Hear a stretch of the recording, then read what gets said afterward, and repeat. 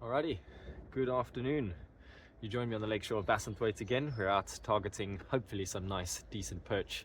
Had a comment on one of my videos actually yesterday that mentioned that I've not done anything to show you guys how exactly I set up my traces or show you the lures in particular that I'm been using and where I get them from and stuff.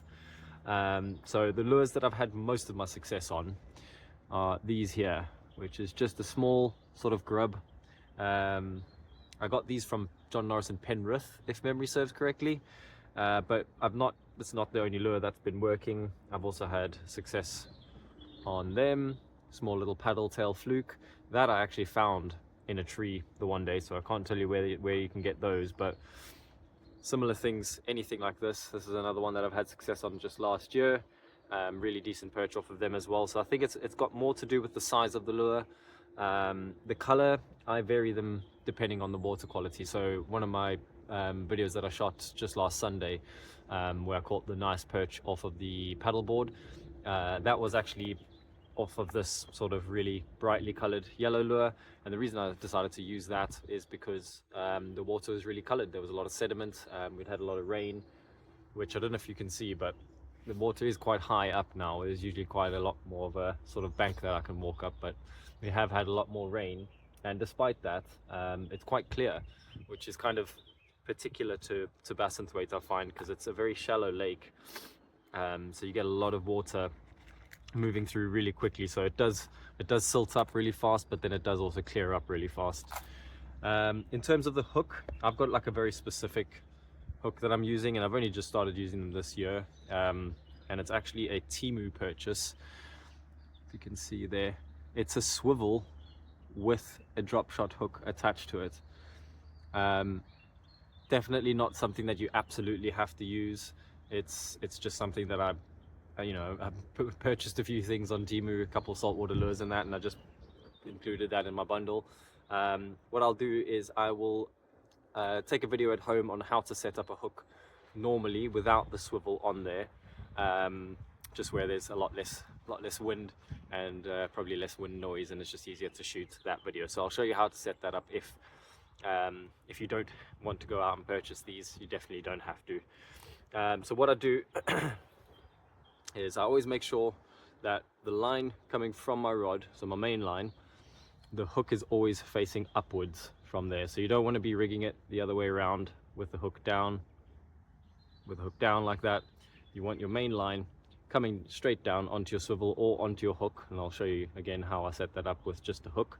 And then from that point is where you'll then have your rest of your trace going down to the sinker. In terms of the length between your lure and your sinker, I can definitely say you want at least 30 centimeters, a foot of space between the sinker and your lure, because I've snapped off a few sinkers and just kind of retied on another sinker, and obviously every time you've snapped off and tie on another one, it gets shorter and shorter, and I realized that once it gets past like a little bit shorter than a foot, my bite rate completely dropped. I think it's just too close to the lure, and the fish can kind of see the sinker moving along the bottom at the same time as your lure. So having that good distance between your lure and your sinker is quite important, I've found. I've even seen when I've been like sort of waded out, I've even seen very small perch chasing the sinker itself and not my lure. So it's definitely something that's visible to the fish. So I'd at least have about 30 centimeters minimum, but you can even go up to sort of, I don't know, 1.5 feet. Maybe that's like 40-50 centimeters, something like that anyway. So I'll quickly cut that off there. Shouldn't be using your teeth, by the way, don't copy me.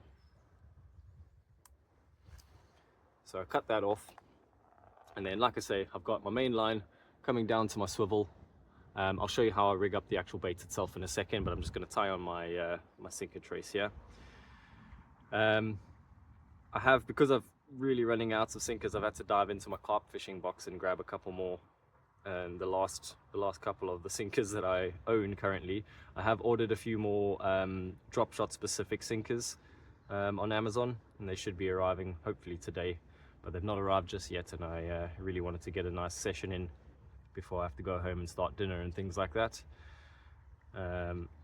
So yeah, tie this on. Now just use a blood knot.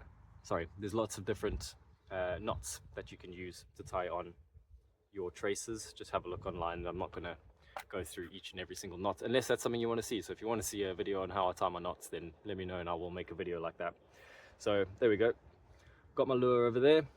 Got my decent amount of space between my lure and where my sinker is going to go. I just use a little ball sinker. If you've watched one of my previous videos, I really like using these ball sinkers here in Bassenthwaite particularly because it's a very, very stony lake bed, and I find that the normal sort of drop shot sinkers that you get, sort of pencil looking ones, they tend to snag up in the rocks a lot more, whereas these circle ones can sort of roll over and bounce out. They do definitely get sort of wedged between rocks from time to time, and that's how I've lost all of my sinkers. Yeah, for the most part they tend to bounce over and roll over things a lot better. The ones that I've ordered, the drop shot ones that I mentioned on Amazon, are also ball sinkers, and you'll find that they come with, I can't show you them because I don't have them right now, but they come with a sort of teardrop shape metal bit on the top where you attach the line.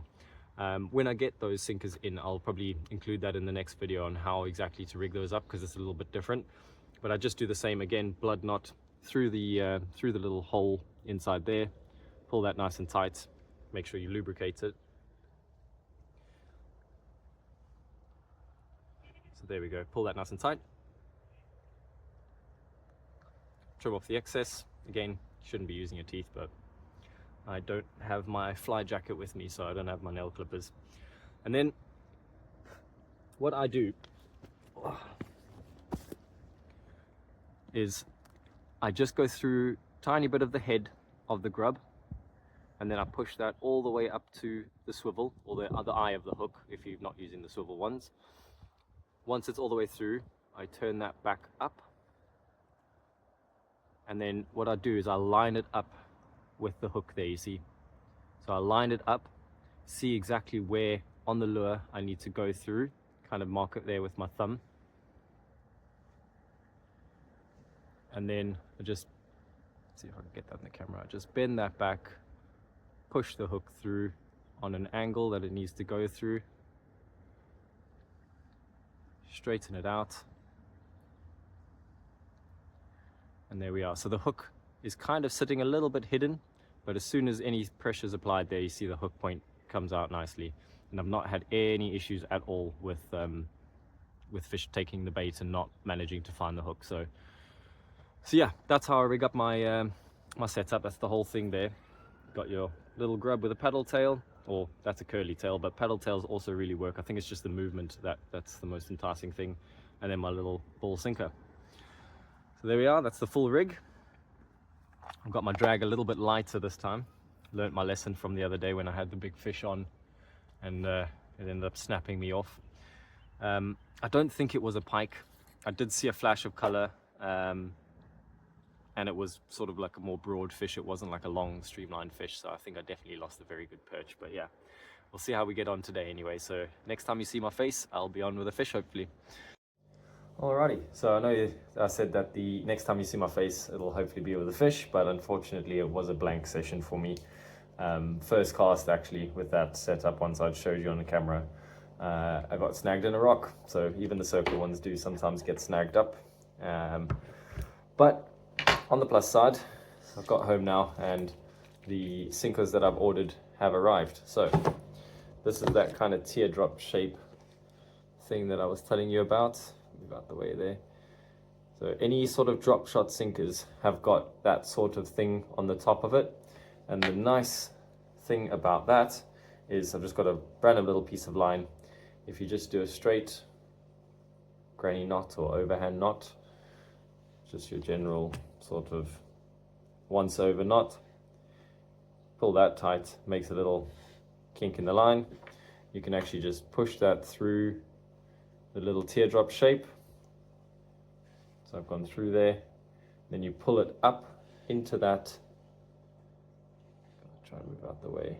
If you pull it up into that, you hear that click, and that won't slide past that little knot there now. So it's very easy to adjust, very easy to tie, very quick and everything. So yeah, just wanted to show you that quickly, but we'll get on to how to tie the knot now. I'll just give you a better camera angle. Okay, so just to quickly show you the knot that I use for tying on the sinker again, you go just once around, simple overhand knot, just like that, and then pull tight. And that's the knot that I use to put the sinkers on. But we'll show you now quickly the knot that I use for putting on the hook. The same principle applies, like I said, on the lakeshore, where you want the points of your hook to be facing up towards your rod as your main line. So this line coming out of this side now, on this end, will be where you attach your sinker to. You grab the bit that attaches to your sinker and create a loop like that. And then what you're going to do is, once you've pinched, sorry, this is really old line, it's really trying to coil on me. You pinch it together there. So I've got my loop and my main line, and you just pass the hook through that loop 4 times. So you're just coiling it around.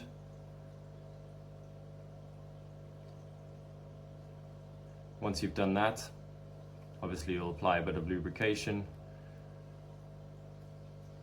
and you just pull it tight. Now this line and hook are way overkill for anything I'd be using for drop shotting. It's just for the demonstration purpose. But as that pulls tight like that, you see that the hook sits nicely facing upwards, and you can attach your drop shot onto there. Now I think because this is a J hook, this is actually for bass fishing, I bought this in America, the kink in the hook over there is kind of making the hook sit a little bit offset down. That wouldn't necessarily be a problem. As long as your hook is facing up, you should have no problem getting any hook sets there. You do, however, want to be using a hook that has got a wide gape. So the gape is the distance between your points of your hook and this over here, which is the shank of your hook. That just gives you a bit more of a proud hook point once you've got your grub fed on there, as I showed you on the lake shore. So once you've done that, obviously you'd have your distance between your hook and your sinker, like I said, anywhere from 30 centimeters upward. And then you just do that simple overhand knot. I'll show you it again. Pull it tight, and then you'd be clipping on your sinker. So that's how I'd set up the rig without the sort of hooks with a swivel that I've got. I don't have the right size hook, which is why I've purchased those other hooks off of Temu with the swivel on. But if you don't have that, you absolutely don't need it. You can just set up a system like this, and that should be fine. Cool, thanks for watching.